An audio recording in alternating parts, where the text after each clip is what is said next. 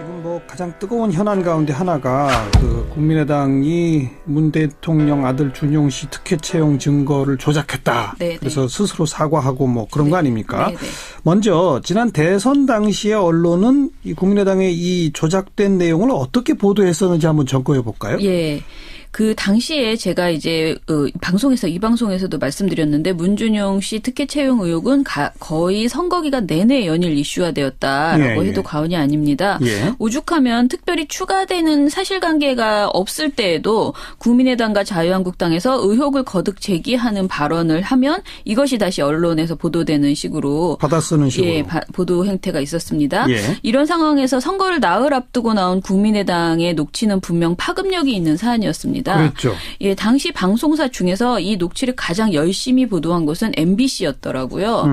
녹취록이 공개됐던 5월 5일부터 대선의 바로 전날인 8일까지 MBC는 단 하루도 빼놓지 않고 국민의당이 공개한 녹취록을 보도했습니다. 예. 그러니까 4일간 총 4건을 보도한 것인데요. 같은 기간에 타사는 한두 건만 보도를 했고요. 채널 A는 아예 보도가 없었습니다. 아예 없는 데도 있어요? 네. 2건을 냈던 JTBC와 TV조선 MBN도 5일 국민의당 녹취를 공개하는 것이 한 건 있었고 7일 민주당의 고발 조치를 보도하는 것이 한 건 있었던 것이고요. 양쪽 입장을 하나씩 한 거네요. 그렇죠. 이와 달리 MBC는 의혹 관련 내용이나 그러니까 새로운 내용이나 이벤트가 발생하지 않았는데도 매일 관련 내용을 거의 우려먹기식으로 보도를 했습니다. 네. 특히 아무도 보도를 내지 않았던 5월 8일 보도는 문제가 심각하다 이렇게 보였는데요. 제목이 문 아들 특혜 취업 의혹 사활건 공방이라는 8일자 보도에서 안희정 지사 아들을 선거의 양아들 삼고 있는 아버지를 보면서 준용 씨는 지금 어디서 무슨 생각을 하고 있습니까? 라는 국민의당의 그 자극적인 공세를 그대로 받았었고요. 네. 또 문 후보가 직접 특혜 채용에 관여했다는 정황이 복수의 증인으로부터 확인됐다는 그 자신만만한 국민의당의 입장을 전했습니다. 예. 그리고 또 당시에 자유한국당이 문준용 씨의 사진과 제보 전화번호까지 내걸면서 공개 수배를 선언했었거든요. 그런데 MBC가 이 자유한국당의 겁박성 주장도 그대로 보도를 했습니다. 네. 사실 이 내용은 명백한 인권 침해이자 명예훼손에 가까운 내용이었는데 MBC가 이것을 아무런 문제의식 없이 자유한국당의 주장을 받아쓴 것이죠.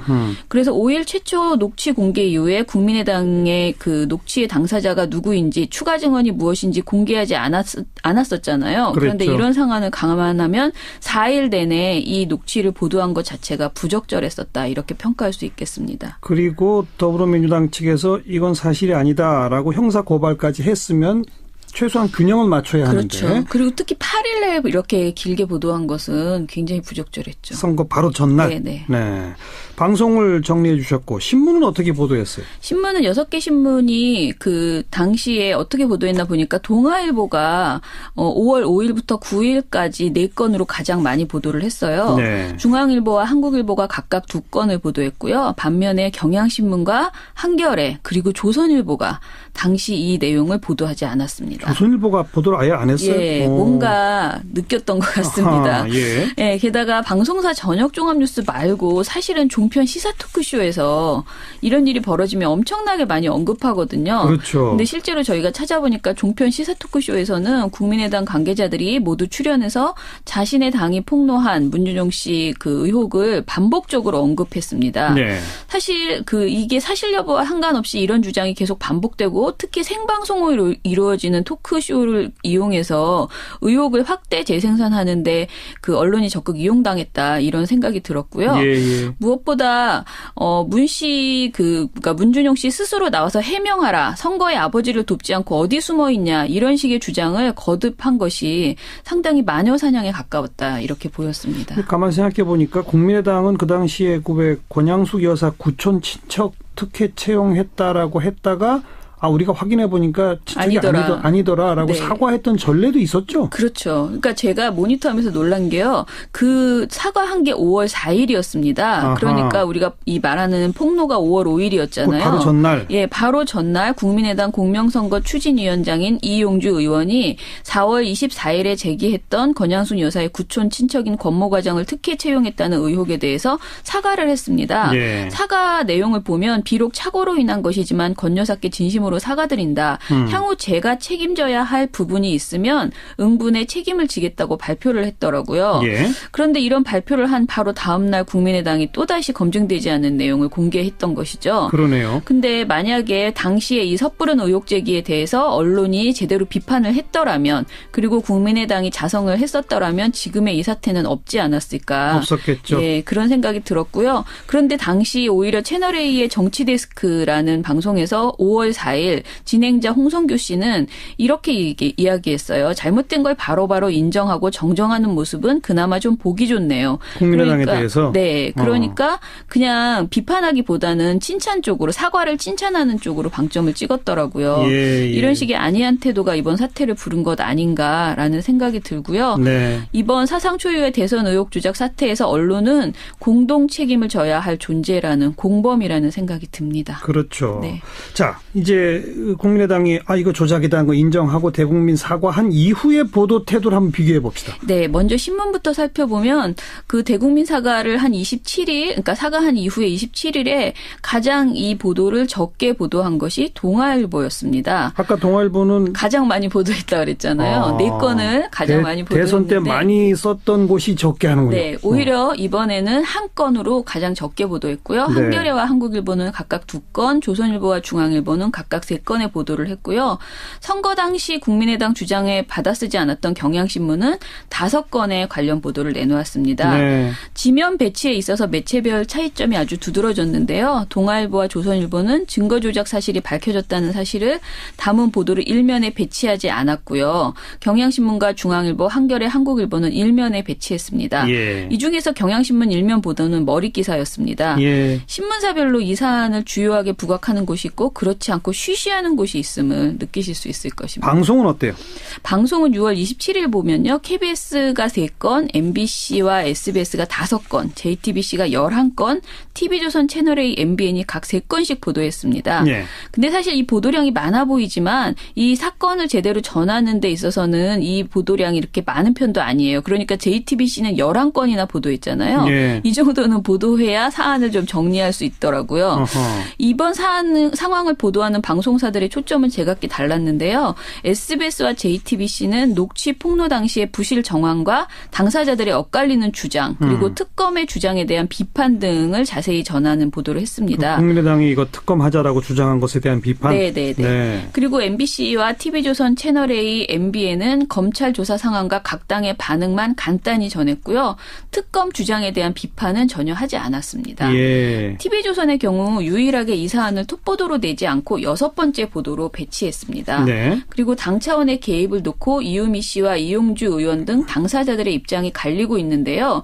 이것에 대해서 SBS, JTBC, MBN을 제외한 4개의 방송사 모두 구체적으로 비교해주지 않고 두루뭉술 넘어갔습니다. 네. 특히 MBC는 2002년 대선 당시 병풍 사건과 이번 사건을 비교하면서 문준용 씨 특혜 의혹이 남았으니 특검을 해야 한다라고 주장을 했습니다. 그런데 사실 이 사건은 이 주장은 국민의당도 일단 했다가 물러선 건데 특히 자유한국당이 또 지금 굉장히 강하게 주장하고 있거든요. 특검을 해야 된다라는 거는. 근데 이 사건이 지금 진행 중이잖아요. 그래서 저는 언론의 보도를 좀 더 지켜봐야 된다 싶고요. 다만 이 사안을 MBC나 자유한국당처럼 준용 씨 특혜 의혹이 남았으니 특검하자 쪽으로 몰아가는 일부 언론은 부적절하다. 이런 말씀 드리고 싶네요. 네. 그래요. 자, 이번에는 인사청문회 관련 보도 좀 평가해 볼까요?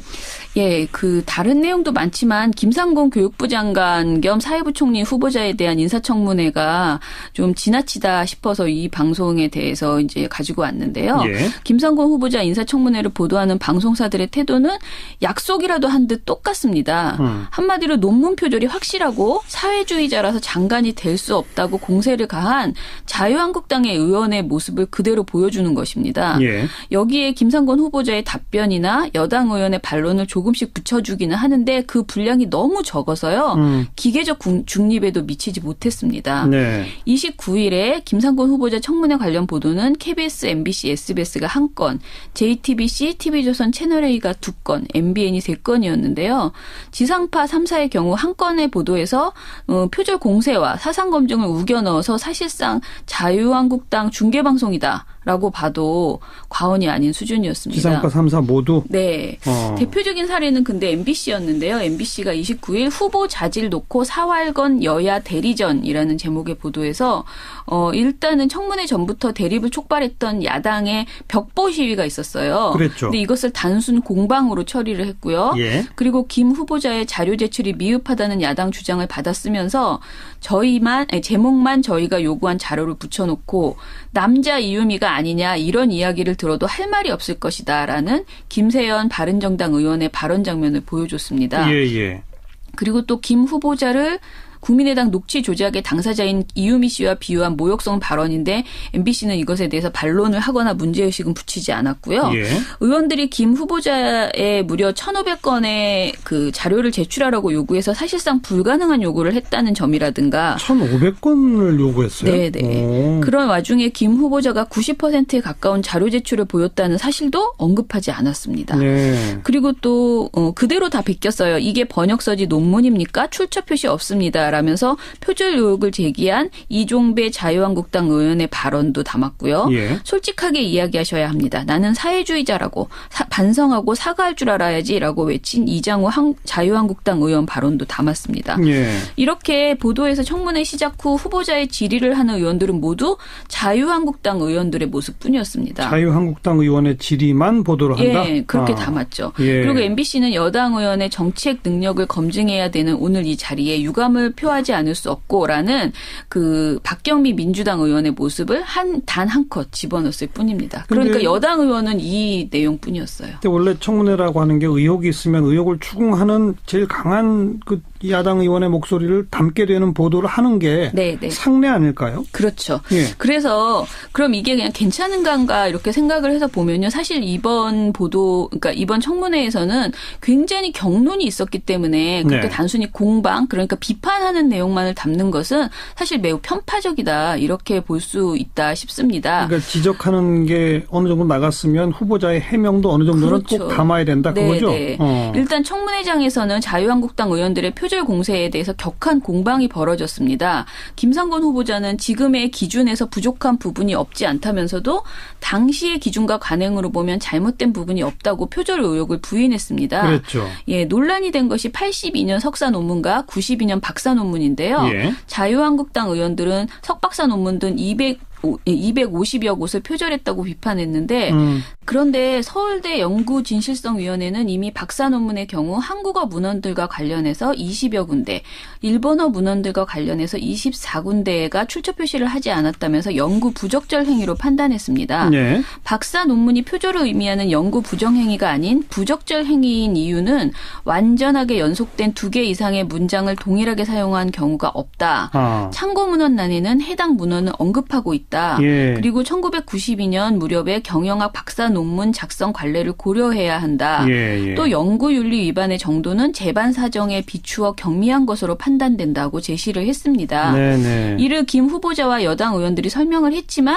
자유한국당 의원들은 이것을 듣지 않고 오로지 지금 기준으로는 표절이라고 몰아붙였던 것입니다. 그렇죠. 예. 네. 현재 기준으로는 표절이라는 주장에도 많은 반론이 제기되고 있습니다. 논문 표절에 관한 학계의 기준이 마련된 것은 황우석 사태가 터진 이후인 2006년이기 때문에요. 예. 그 이전 논문들이 대부분 표절이 될 수밖에 없다는 것입니다. 이 때문에 굳이 공직 후보자의 논문을 검증하고자 한다면 석박사 논문이 아니라 교수가 된 이후에 최근 연구 실적을 보는 것이 적절하다는 지적이 있습니다. 네. MBC를 비롯한 대부분의 방송사들이 이런 반론은 아예 언급하지도 않았습니다. 주로 그러니까 자유한국당의 공세만 보도한다? 네. 다른 방송사들도 MBC와 크게 다르지 않았다. 이렇게 보시면 되겠습니다. 네. 네. 자, 인사청문회 관련 보도까지 정리해봤고 언론계 현안 가운데 지금 또 가장 큰 쟁점 중에 하나로 떠오르는 게 고용노동부가 MBC에 대해서 특별 근로감독에 착수한다. 네. 여기에 대해서 또 MBC가 강하게 반발하고. 네. 이게 지금 맞아요. 뜨끈뜨끈한 뉴스죠? 예. 예. 고용노동부가 그동안 노동 탄압 문제가 제기돼 왔던 MBC에 대한 특별 근로감독에 착수한다는 소식이 있었는데요. 그 고용부 서울 서부지청은 문화방송에 대한 특별 근로감독을 착수한다 이렇게 밝혔고요. 예. 언론노조 MBC 본부 조합원은 그 문화방송이 무더기 징계와 해고를 해온 가운데 고용부의 특별 근로감독이 어떤 결과를 낼지 기대가 된다. 했다. 이렇게 밝혔습니다. 예, 이거는 노조가 요청한 거죠? 네, 맞아요. 예, 예. 문화방송 노조가 이미 그 근로감독을 요청을 했고 노조의 보도자료를 보면요. 2012년 파업과 조합활동을 이유로 한 부당 징계가 지난 5월까지 71건에 이른다는 것이에요. 네. 그리고 부당 교육과 전보 배치된 사람들은 187명에 이른다고 합니다. 정당한 노조 활동인 피켓 시위 노보를 배포한 것을 방해하고 사내 전산망을 통한 노조의 홍보 활동도 방해했다고 주장했습니다. 예, 예. 그리고 언론노조와 4년 넘게 교섭을 해태해서 무단협 상태가 유지됐지만 제3노조와는 교섭 진행 8개월 만에 단협을 체결하는 등 노조 간 차별을 자행하고 있다는 점도 제시를 했습니다. 이건 몰랐던 사실인데 그렇죠. 이런 일도 있었군요. 네, 노조는 이 같은 행위가 모두 노동조합 및 노동관계 조정법이 금지하는 부당 노동 행위라고 주장하고 있습니다. 그리고 그런 주장을 고용노동부가 받아들여서 근로감독하겠다 네, 특별근로감독 실시하겠다고 한 거죠. 예. 그런데 더 황당한 것은 이런 그 내용에 대해서 MBC가 3건이나 보도를 냈습니다. 29일 날 보도를 냈는데요. 당일날. 네. 박근혜 정부 이후 그 MBC에 대한 비판과 개혁 요구가 나올 때마다 MBC는 항상 이것을 뉴스로 대응을 했습니다. 그랬죠. 제가 이런 경우를 대부분 뉴스 사유화라고 말씀을 드렸죠. 예. 그러니까 자신들의 사측의 성명을 자신들의 뉴스를 통해서 계속 발표하고 있다는 그렇죠. 것인데요. 예. 이번에도 2건의 보도에서 사실상 성명을 발표를 했습니다. 먼저 이제 첫 보도에서는 근로감독 그 개시를 알리는 내용을 전했고요. 두 번째 보도에서는 자신들의 성명을 이제 쭉 설명을 했습니다. MBC 특별근로감독 착수에 대해서 정치 권력이 방송과 MBC 장악을 위해 고용노동부를 동원한 것이다. 네. 정권이 바뀌고 나니 고용노동부가 정권의 입맛을 맞추기 위해서 판단을 번복했다. 그리고 특별근로감독 사유도 이미 소송이나 노동위에 제소돼 다루어졌던 과거의 사건들이다 등 사측의 성명을 그대로 읊었습니다. 네. 그리고 이어지는 또 다른 보도, 언론 장악 의도, 야권 강력 비난이라는 보도에서는요. 정권의 언론 탄압이라는 비판과 우려가 나온다. 공영방송으로서 노동 상권을 보장하고 있고 인권 침해와 임금 체불에 대한 우려가 없는 MBC가 포함될 하등의 이유가 없다. 네. 이런 식의 그 자유한국당의 주장을 받아 썼습니다. 네. 역시 초점은 방송 장악인데요. MBC가 자꾸 자신에 대한 비판의 목소리가 나올 때마다 이것은 방송 장악 의도다라고 우기는 이런 내용들의 보도를 내고 있습니다. 그래서 저는 이런 상황이기 때문에 특별히 이번 근로감독 결과가 매우 궁금해지고 있습니다. 한번 기다려 봅시다. 네. 오늘 여기까지 할까요? 수고하셨습니다.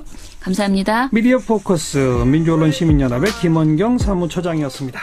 MBN도 5일 국민의당 녹취를 공개하는 것이 한 건 있었고 7일 민주당의 고발 조치를 보도하는 것이 한 건 있었던 것이고요. 양쪽 입장을 하나씩 한 거네요. 그렇죠. 이와 달리 MBC는 의혹 관련 내용이나 그러니까 새로운 내용이나 이벤트가 발생하지 않았는데도 매일 관련 내용을 거의 우려먹기식으로 보도를 했습니다. 네. 특히 아무도 보도를 내지 않았던 5월 8일 보도는 문제가 심각하다 이렇게 보였는데요. 제목이 문 아들 특혜 취업 의혹 사활건 공방이라는 8일자 보도에서 안희정 지사 아들을 선거의 양아들 삼고 있는 아버지를 보면서 준용 씨는 지금 어디서 무슨 생각을 하고 있습니까? 라는 국민의당의 그 자극적인 공세를 그대로 받았었고요. 네. 또 문 후보가 직접 특혜 채용에 관여했다는 정황이 복수의 증인으로부터 확인됐다는 그 자신만만한 국민의당의 입장을 전했습니다. 예. 그리고 또 당시에 자유한국당이 문준용 씨의 사진과 제보 전화번호까지 내걸면서 공개 수배를 선언했었거든요. 예. 근데 MBC가 이 자유한국당의 겁박성 주장도 그대로 보도를 했습니다. 네. 사실 이 내용은 명백한 인권 침해이자 명예훼손에 가까운 내용이었는데 MBC가 이것을 아무런 문제의식 없이 자유한국당의 주장을 받아 쓴 것이죠. 그래서 5일 최초 녹취 공개 이후에 지금 뭐 가장 뜨거운 현안 가운데 하나가 그 국민의당이 문 대통령 아들 준용 씨 특혜 채용 증거를 조작했다. 네네. 그래서 스스로 사과하고 뭐 그런 거 아닙니까? 네네. 먼저 지난 대선 당시에 언론은 이 국민의당의 이 조작된 내용을 어떻게 보도했었는지 한번 점검해 볼까요? 예. 그 당시에 제가 이제 이 방송에서도 말씀드렸는데 문준용 씨 특혜 채용 의혹은 거의 선거 기간 내내 연일 이슈화 되었다라고 해도 과언이 아닙니다. 오죽하면 특별히 추가되는 사실관계가 없을 때에도 국민의당과 자유한국당에서 의혹을 거듭 제기하는 발언을 하면 이것이 다시 언론에서 보도되는 식으로 받아쓰는 식으로 보도 행태가 있었습니다. 이런 상황에서 선거를 나흘 앞두고 나온 국민의당의 녹취는 분명 파급력이 있는 사안이었습니다. 그렇죠. 당시 방송사 중에서 이 녹취를 가장 열심히 보도한 곳은 MBC였더라고요. 녹취록이 공개됐던 5월 5일부터 대선의 바로 전날인 8일까지 MBC는 단 하루도 빼놓지 않고 국민의당이 공개한 녹취록을 보도했습니다. 그러니까 4일간 총 4건을 보도한 것인데요. 같은 기간에 타사는 한두 건만 보도를 했고요. 채널A는 아예 보도가 없었습니다. 아예 없는 데도 있어요? 네. 2건을 냈던 JTBC와 TV조선 이루어지는 토크쇼를 이용해서 의혹을 확대 재생산하는데 그 언론이 적극 이용당했다 이런 생각이 들었고요. 무엇보다 그러니까 문준용 씨 스스로 나와서 해명하라. 선거에 아버지를 돕지 않고 어디 숨어 있냐. 이런 식의 주장을 거듭한 것이 상당히 마녀사냥에 가까웠다. 이렇게 보였습니다. 가만히 생각해 보니까 국민의당은 그 당시에 권양숙 여사 구촌 친척 특혜 채용했다라고 했다가 우리가 확인해 보니까 친척이 아니더라라고 사과했던 전례도 있었죠. 그렇죠. 그러니까 제가 모니터하면서 놀란 게요. 그 사과한 게 5월 4일이었습니다. 그러니까 우리가 이 말하는 폭로가 5월 5일이었잖아요. 바로 전날. 바로 전날 국민의당 공명선거 추진위원장인 이용주 의원이 4월 24일에 제기했던 권양숙 여사의 구촌 친척인 권모 과장을 특혜 채용했다는 의혹에 대해서 사과를 했습니다. 사과 내용을 보면 비록 착오로 인한 것이지만 권 여사께 진심으로 사과드린다. 향후 제가 책임져야 할 부분이 있으면 응분의 책임을 지겠다고 발표를 했더라고요. 그런데 이런 발표를 한 바로 다음 날 국민의당이 또다시 검증되지 않은 내용을 공개했던 것이죠. 그러네요. 근데 만약에 당시에 이 섣부른 의혹 제기에 대해서 언론이 제대로 비판을 했더라면 그리고 국민의당이 자성을 했었더라면 지금의 이 사태는 없지 않았을까. 없었겠죠. 그런 생각이 들었고요. 그런데 당시 오히려 채널A의 정치데스크라는 방송에서 5월 4일 진행자 홍성규 씨는 이렇게 이야기했어요. 잘못된 걸 바로바로 인정하고 정정하는 모습은 그나마 좀 보기 좋네요. 국민의당에 대해서? 네. 그러니까 그냥 비판하기보다는 칭찬 쪽으로 사과를 칭찬하는 쪽으로 방점을 찍었더라고요. 이런 식의 안이한 태도가 이번 사태를 부른 것 아닌가라는 생각이 들고요. 이번 사상 초유의 대선 의혹 조작 사태에서 언론은 공동 책임을 져야 할 존재라는 공범이라는 생각이 듭니다. 그렇죠. 자, 이제 국민의당이 이거 조작이다는 거 인정하고 대국민 사과한 이후의 보도 태도를 한번 비교해 봅시다. 먼저 신문부터 살펴보면 그 대국민 사과를 한 27일, 그러니까 사과한 이후에 27일에 가장 이 보도를 적게 보도한 것이 동아일보였습니다. 아까 동아일보는 가장 많이 보도했다 그랬잖아요. 4건을 가장 많이 보도했는데 대선 때 많이 썼던 곳이 적게 하는군요. 오히려 이번에는 한 건으로 가장 적게 보도했고요. 한겨레와 한국일보는 각각 2건, 조선일보와 중앙일보는 각각 3건의 보도를 했고요. 선거 당시 국민의당 주장에 받아쓰지 않았던 경향신문은 5건의 관련 보도를 내놓았습니다. 국민의당의 그 녹취의 당사자가 누구인지 추가 증언이 무엇인지 공개하지 않았었잖아요. 그런데 이런 상황을 감안하면 4일 내내 이 녹취를 보도한 것 자체가 부적절했었다. 이렇게 평가할 수 있겠습니다. 그리고 더불어민주당 측에서 이건 사실이 아니다라고 형사 고발까지 했으면 최소한 균형은 맞춰야 하는데. 그리고 특히 8일에 이렇게 길게 보도한 것은 굉장히 부적절했죠. 선거 바로 전날. 방송을 정리해 주셨고 신문은 어떻게 보도했어요? 신문은 6개 신문이 그 당시에 어떻게 보도했나 보니까 동아일보가 5월 5일부터 9일까지 4건으로 가장 많이 보도를 했어요. 중앙일보와 한국일보가 각각 2건을 보도했고요. 반면에 경향신문과 한겨레 그리고 조선일보가 당시 이 내용을 보도하지 않았습니다. 조선일보가 보도를 아예 안 했어요? 뭔가 느꼈던 것 같습니다. 게다가 방송사 저녁 종합뉴스 말고 사실은 종편 시사 토크쇼에서 이런 일이 벌어지면 엄청나게 많이 언급하거든요. 근데 실제로 저희가 찾아보니까 종편 시사 토크쇼에서는 국민의당 관계자들이 모두 출연해서 자신의 당이 폭로한 문준용 씨 그 의혹을 반복적으로 언급했습니다. 사실 이게 사실 여부와 상관없이 이런 주장이 계속 반복되고 특히 생방송으로